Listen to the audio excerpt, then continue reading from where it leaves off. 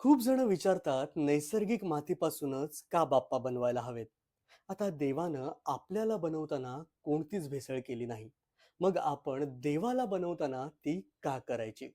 बाप्पा नेमके कसे तयार होतात? सुरुवातीला आपण माती आणतो, नदीकाठची, शेतातील, म्हणजे निसर्गाकडून आपण काहीतरी उसनं घेतो.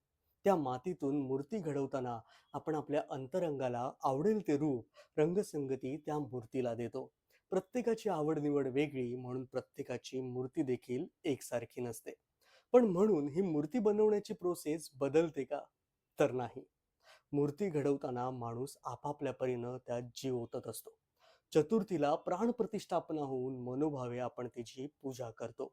नंतर विसर्जन होताना ती मूर्ती लगेच पाण्यामध्ये मिसळून जाते का? नाही.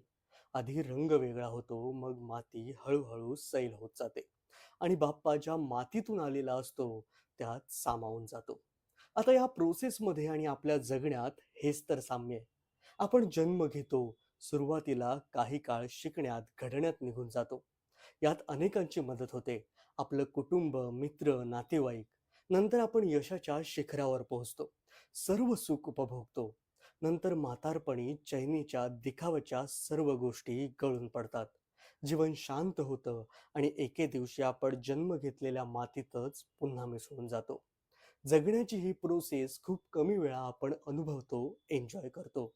स्वतःला घडवण्याची आणि शोधण्याची हीच संधी कल्पेश भट आणि त्यांच्या सहकार्यांनी इको फ्रेंडली गणेश मूर्ती कार्यशाळेतून आपल्यासाठी निर्माण केली आहे.